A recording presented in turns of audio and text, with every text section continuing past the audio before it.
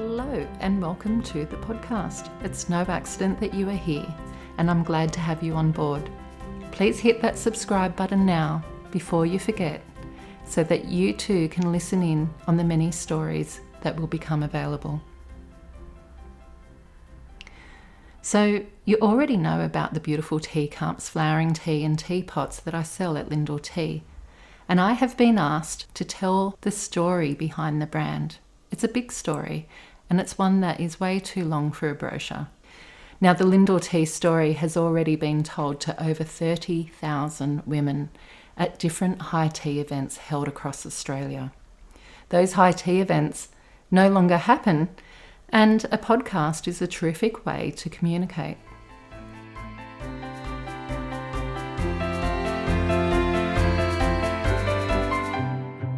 We have Joy Pereira with us today, and she's the founder and creator of Joy Pereira Creative.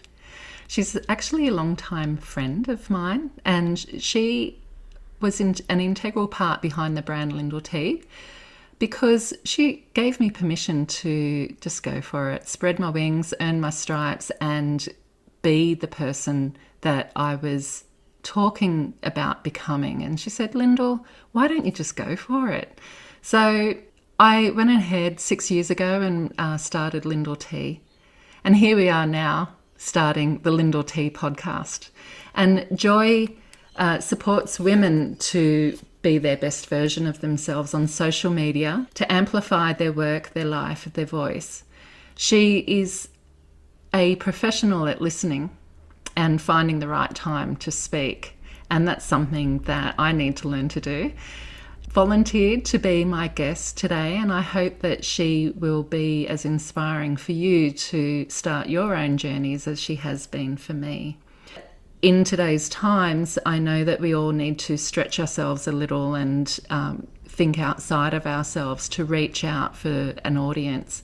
Joy provides online programs, one-on-one mentorship and creative frameworks for the digital space. Now, she's got such a diverse experience, over 23 years in fact. The height of her career was at the iconic Sydney Opera House. She's put together TED Talks. She's the support behind the famous faces, the famous entertainers at the Sydney Opera House, or Vivid festivals that's just known worldwide. So I feel so blessed and lucky to have Joy in my life, and to be able to help me navigate my own direction and creativity on pulling something together like this LyndalT podcast. The reason why she's here today is to encourage you to think about your direction and what would you like to create for yourself. As you can see, I'm recording now, and she's a fantastic listener. And she always finds the appropriate time to speak. So welcome. Thank you so much for having me, Lyndal.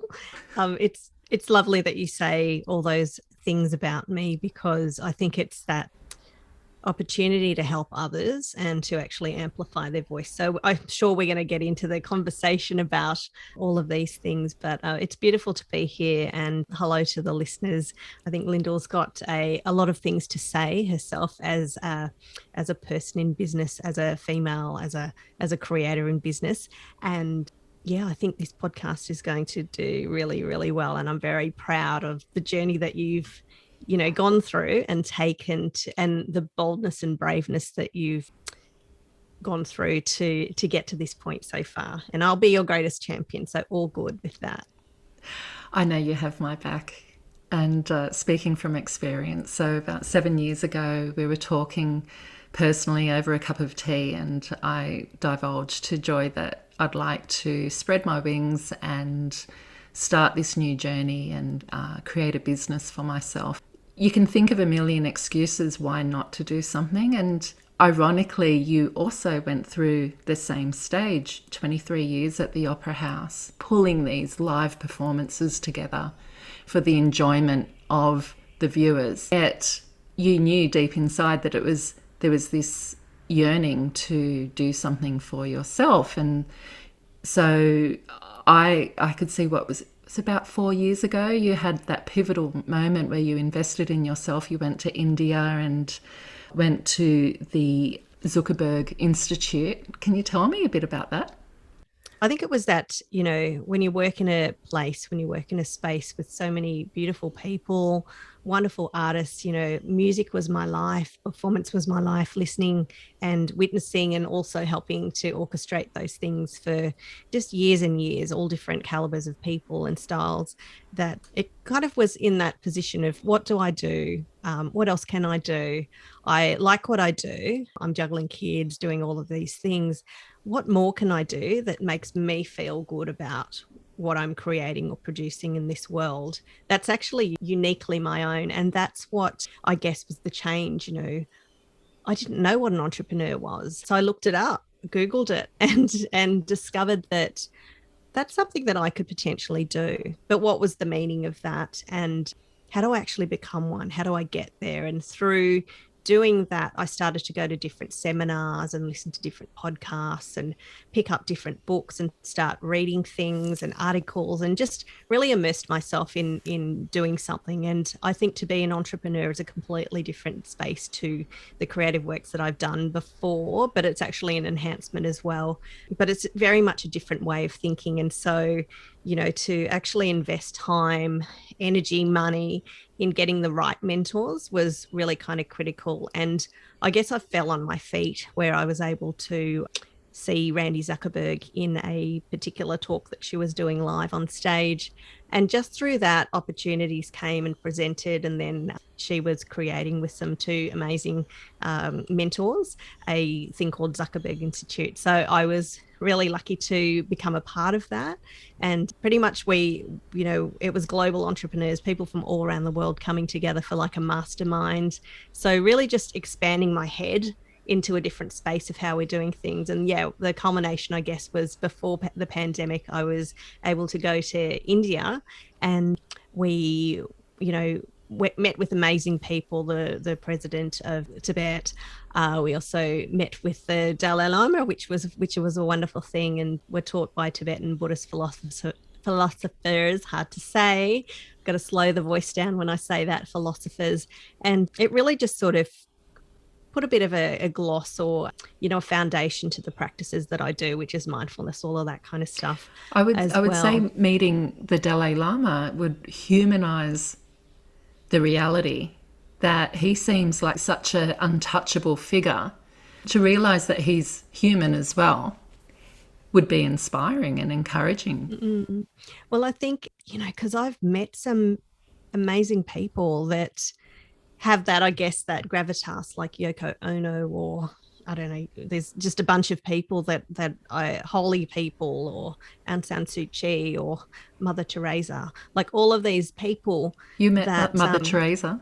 I did, but it wasn't through work. It was actually from when I was very small, and she came and she lay hands on me, and it was just beautiful. There's a photo running around there somewhere in someone's drawer of me meeting her. I was probably only about 7 or 8 at the time.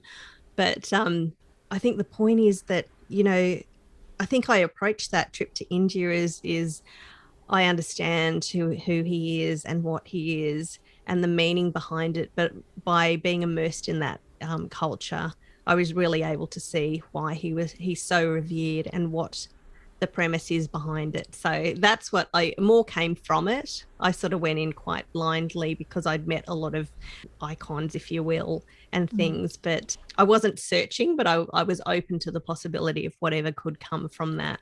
And I think that's the thing with what you're doing, the business that you're creating, it's being open to the possibility.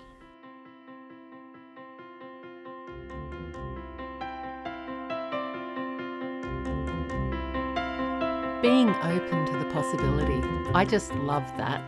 And that's what I'm all about. That's what this podcast is about. That's what high teas and selling fine china, becoming an entrepreneur, selling your own product, creating your own website. It's about being open to the possibility. And another example is the flowering teas that I sell. I've been selling these for 13 years, and you drop one into a glass teapot. By saying one, I mean a ball, And there are 7 different varieties, ball varieties of tea in this tea pack that I sell. And you drop it into a glass teapot, not knowing what's going to happen. And within 3 to 5 minutes, a beautiful bouquet of flowers unfurls before your very eyes on top of a bed of silver needle tea. Now, the different arrangements of flowers might be a bright red carnation, 3 yellow chrysanthemums, a pink rose on a red hibiscus, or an orange lily with 3 jasmine flowers, or my favourite is a orange marigold with 6 jasmine flowers and a hot pink globe amaranth. They are simply stunning. They also have remedial qualities. Jasmine is known to calm nerves and anxiety. Chrysanthemum is good for tired eyes if you've been looking at the screen for too long. Red carnation is good for blood problems that time of the month or tummy cramps. Anyway, regardless of the remedial benefits, above all, they're simply stunning and a beautiful gift. A gift of flowers, a gift of a cup of tea and company. There's that nice surprise factor. So take a look at the flowering tea on LyndalT.com and remember to add the word podcast as a discount code to receive 10% off.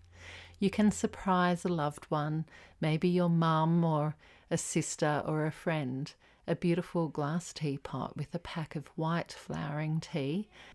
It's an unusual gift wrapped in a gold ribbon, and I can ship it anywhere as a surprise. So again, take a look at www.lyndalt.com. That's LYNDALT, the letter T.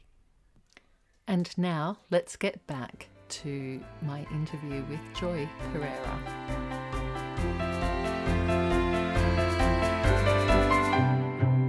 Very scary. It can be so scary for people who aren't teched up or who've done things in a certain particular way, that went to uni to do things in a certain particular way, and then the whole apple cart's been disrupted, so people may not know which way's up.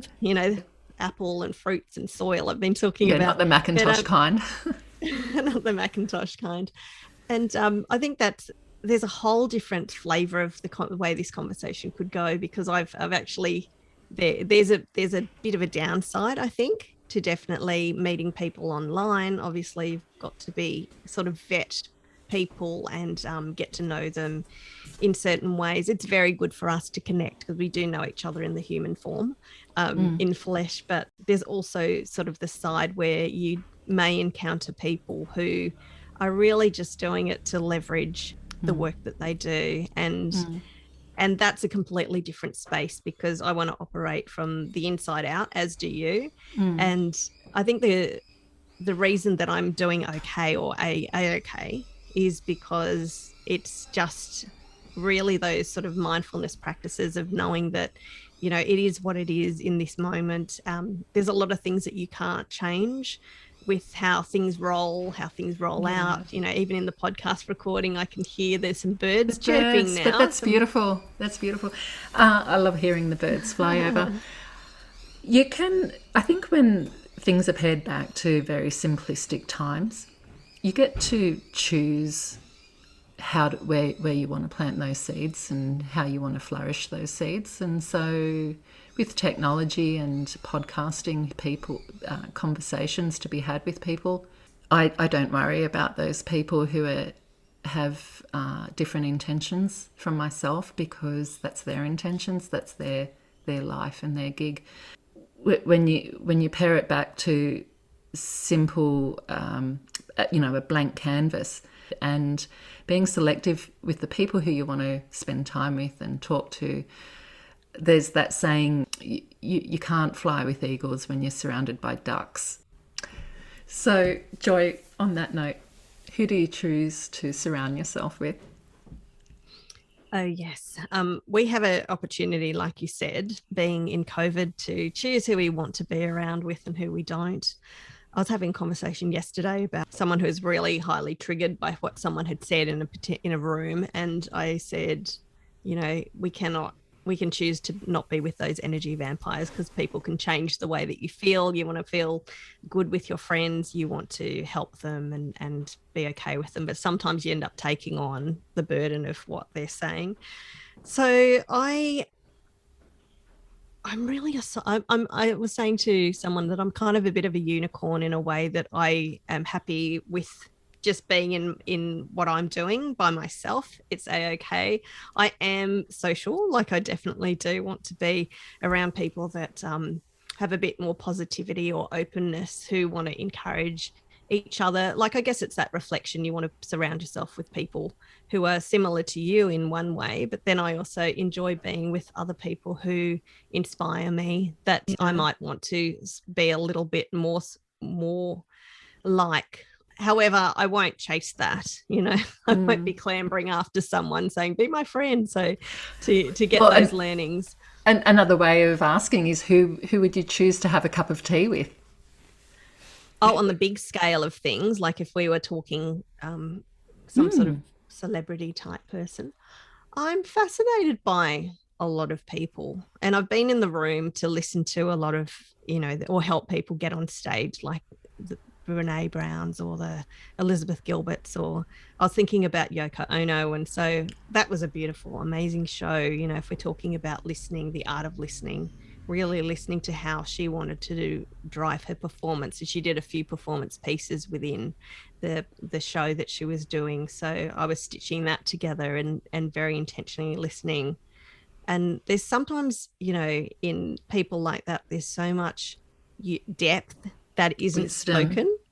Wisdom, that's what it is. It's that wisdom that is there, and this whole historical legacy of the Beatles and things that I didn't kind of sort of know about. Like, I knew the songs, but just understanding of her relationship with John Lennon and things. So I could say I'd love to surround myself with people like that. Someone like Angelina Jolie, not for her beauty, but the acting, the directing, the humanitarian work that she does, none of the salacious Brad stuff or anything, but just curiosity about what drives someone who is so celebrated and talented to do the good work for other people. I think that's, those kind of people are the people that I want to connect with. Sure. Both Yoko and Angelina, they've been thrusted into this situation where they've been given a power and a choice. And that power can cripple you, or you can use it to your advantage for others. When these situations that happened to them that was totally outside of their control, they got up, and you can see that they've said, please allow this horrible situation to work to their advantages. And everyone's watching them. Everyone's watching how they're going to recover. Imagine being held responsible for breaking up the Beatles, and, to have your life partner and your soulmate, if you will, murdered and things. Like, it's just beyond comprehension how people continue to stand up and move forward. Yeah, and everyone wants to know, how did you cope? And that's so personal, it's so deep, like so private, really. To have that cup of tea with them, you really want to get the gems of information that made them thrive in life, and you're looking for the positive attributes so that you can get an insight in how they grow and prosper as a person from such low depths of despair and struggling at the time. And I always say that it's those low times in life, the hard times, the times where everyone is watching you, that it's actually like the Nike J curve. Just do it. Just be the best version of yourself. Give yourself permission to have a voice, to speak up. And Yoko Ono, she didn't have to come to the Opera House, did she? Is that where she went? Or, sorry, wherever she appeared. Yes, she did. Yes, and Angelina Jolie, she could She could quit her job and never be seen again. But it would be a shame if she did, because she's learnt so much as a person and a mother of 8. How many children does she have? Many. Lovers in her life, different personalities. She also gets to see the very best and the lows of people, and I guess being in that situation, you want to be the best role model that you can be for others as well. Well, do you wonder if it's just what they do? I don't know if, Angelina in a refugee camp or anything, or working for UNHCR, if she's doing this, she's not doing it for kudos or celebrity or stuff. It's that passionate commitment of wanting to maybe she's filling her own cup. Yeah, it's fulfillment, isn't it? Yeah. And she, she'd be obviously a smart cookie to know that her name has clout. So how fantastic if you've got that clout, or that following, or whatever it may be, that respect from a global community, that you can help others that are less fortunate than yourselves. I think that's it. That's the beauty of the podcast work that we can do. We can do it, to sell a product or something like that, but the actual intention behind what you're doing is far greater, because someone might get a little kernel of something that inspires them in the moment. And it's the possibility, and it is going to be hard. I think doing anything new is extremely hard. It's not rote. It's so much there. There's, you might feel the opinions of others weighs more heavily, and that's giving your dreams up or giving your ideas up to not wanting to feel judged by someone. And, I think doing all of this new work, you have critics, you have people who want you to stay in your lane and do what you do. And, we've all been very good girls who might have been educated in a particular way, that this is the process of how you are in an advertising agency, if that's what you did, or as a stage manager, stay in your lane and do this and that. But there's so much more that I think we all have potential inside of us. And that's what this work is for me now. Like, I love, and as we spoke last week, it was that thing of what I'm doing here with you is no different to me putting on a show or sitting on stage with Yoko on my knees, scribing down what her intentions, are, what she wanted to do in that performance, why we were doing it, and crafting that. Helping someone build their podcast is exactly that same sort of thing. What was her performance? Was it singing like John Lennon, or was it acting? She did so many soliloquy? things.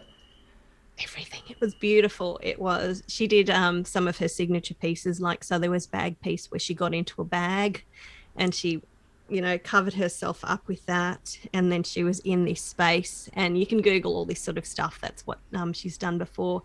She did a piece. Have you ever heard her do her sing scream kind of thing, where she's she like lets out all this stuff, and she just wails it. It's amazing. So she did that. She did. We played the Imagine in its entirety on a massive screen. And just to know the backstory of them, because I'd only ever seen it, I was tiny when they were together, and didn't really know much of them, knew many of the songs because of just as you do from school. Here's a little perler for the LyndalT Podcast, as I popped my mic with the P. When I was there and she was talking about her relationship with John Lennon, I just got this sort of like flush of like wind, if you will. And I got this sensation of someone standing next to me. How bizarre is this? Tall, male, probably around 40 something, I'd say. I don't know if I believe in spirits. I was going to say, I've never heard you speak like this, Joy. This was just like one of those moments after the piece rolled, and it was just so wonderful to hear her story. And she did a Q&A as well, so she was asked specific questions. But I had this sensation of, this tall man, even with glasses, I could imagine, next to me, this presence. And I wondered I didn't say anything, but then I think it was that night that I Googled, I was like, does John Lennon follow Pereira's Pereira ghost. or, Does he or something like the that. production? And we've all got theatre ghosts and stuff like that. There's definitely, some in the opera house, I would suspect.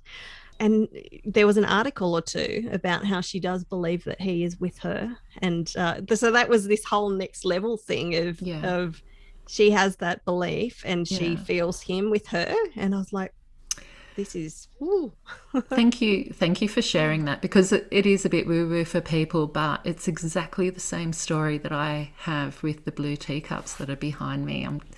And it's that support of your loved ones guiding you through a difficult situation. And I fully believe when I drink from the cup of tea and holding that, I'm thinking of all the stories behind that teacup, and what would my loved ones say to me in these challenging times, and knowing that I've got their back and their support. And that's why I went further on and tried to replicate those qualities of the teacup to encourage people to be the best version of themselves and be their shining light for themselves, and for them to feel safe and have that legacy to pass on. So for Yoko to be on stage herself without John Lennon, but actually feeling like she's accompanied by him and feeling that inner strength, that's what it's about. It's that inner knowing, and it's that feeling that you can't prove to anyone. Like it's that gift from within, inside, and that inner confidence that you know that someone has your back, that's right next to you in a ghostly fashion. It's that trust and the connections that you've had with people. So and that's exactly what you were talking about too, about inviting specific guests into your world, because you need to trust that they're going to do the right thing by you. Are their intentions set correctly? And I think when you do have that inner knowing that you do have good intentions, that you do get these ghostly feelings that you're in the right spot at the right time doing the right thing. It's like that serendipity, or that what is it, deja vu. And I haven't delved into any of that kind of thing, but it's like you've been there before. Sometimes you're on the right path, and sometimes I never get deja vu, and there's other times where it might come like once a week or something, and I'll be like, okay, so maybe is this a course correct, or does this mean that I'm on the right path? And I'm not the biggest woo-woo person out there, but I think that there's merit in us looking within, and this is how we get to do this work. This is how we get to be a bit more bold, come out of our skin, be a little bit less to be comfortable with yourself and making others comfortable. And that's what it has to be. Like, that's sort of the only way that you can be an artist or a creative artist or a maker, where it emanates from within you. And sometimes it's like, I'm not listening to the peanut gallery, I'm just going to go for it. And that's okay too. Everyone's going to have their opinion, but then they're the same people that might have had the opinion when you're seeding the idea that they come back, and then they're your best client or your best listener or your best buyer or whatever it may be. And you don't have to prove yourself to anyone. I think that it's just voice it, write it down. There's so many different things you can do to get out of your own way. And that's really important for all of us, because otherwise we just stay where we are. And if we're happy, exactly 100% happy where we are in this moment, great.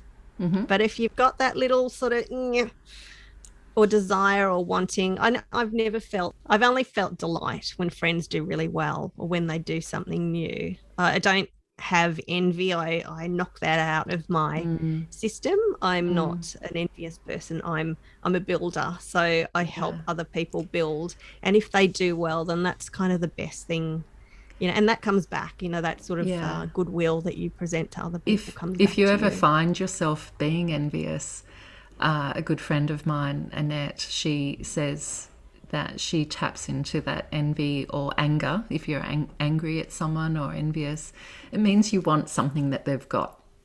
And and so if you can flip that into support and encourage them, and acknowledge that they're doing a wonderful thing, well, you get to kind of, it's a win-win then. You're supporting them and watching them grow as well, rather than being jealous.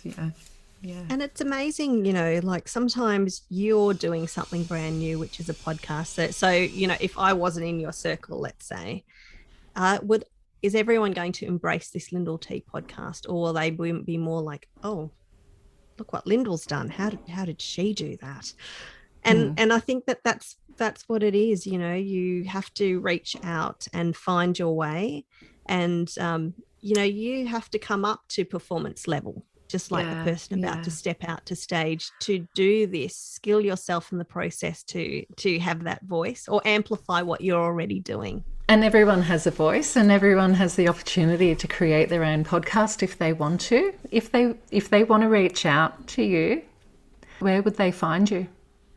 Oh gosh, I'm in many different places now. So, I did not want to be a social media person. I certainly am not. My goal is not to be an influencer or amass the followings, but I'm very happy to produce my work online, and that is the work that I do now. So, there's good old Instagram of Joy Pereira Creative. I've been invited to be a featured, what is it called? A featured creator on Fireside.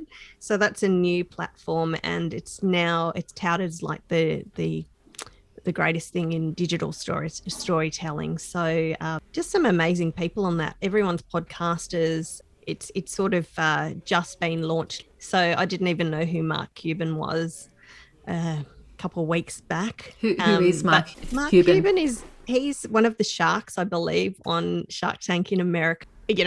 Billionaire, I'm guessing. So, but he's a prolific entrepreneur and business person and things. So he has come up with this. So Fireside is his baby to encourage others to get on board. That's it. And what I love about this space is it's not an open space, meaning that you don't just start a room and go for it, because that's where things can fall apart and everyone jumps on, and you don't know who you're getting.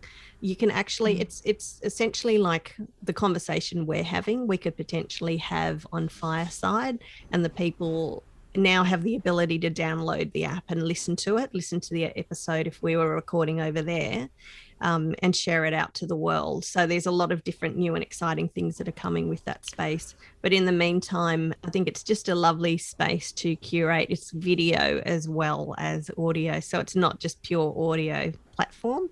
It's got the video component as well. So I'm looking forward to the public shows on that. It is on iOS now. It's open for you to listen, and you have to I wouldn't say it's apply, but there's definitely a few different hoops that you jump through if you want to apply to be a creator on it. But I think it's great. It's a small community now, but I think that it has potential to really explode. And for me, it's just another way of connecting with more people who are really into podcasting, and everyone comes from different backgrounds.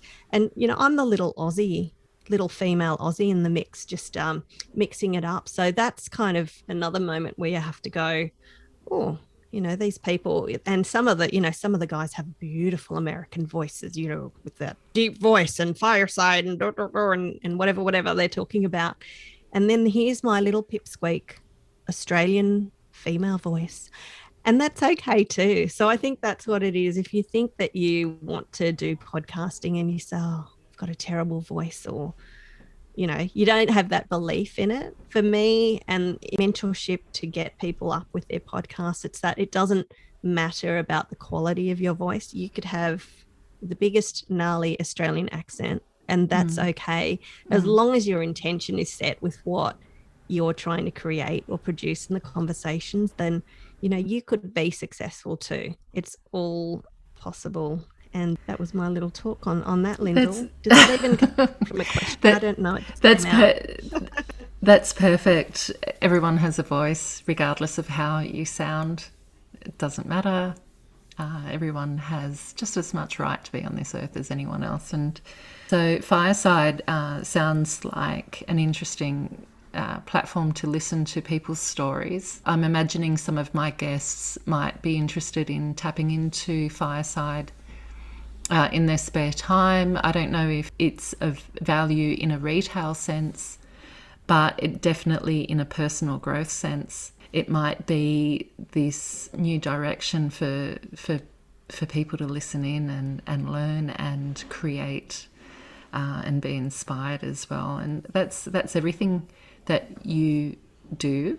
You are creative, you do inspire, and you do give voice, and you also aptly listen. So thank you so much for being a guest on my podcast that you're helping me curate. And I look forward to having 20, 30 guests in the future just like you, Joy. So thank you.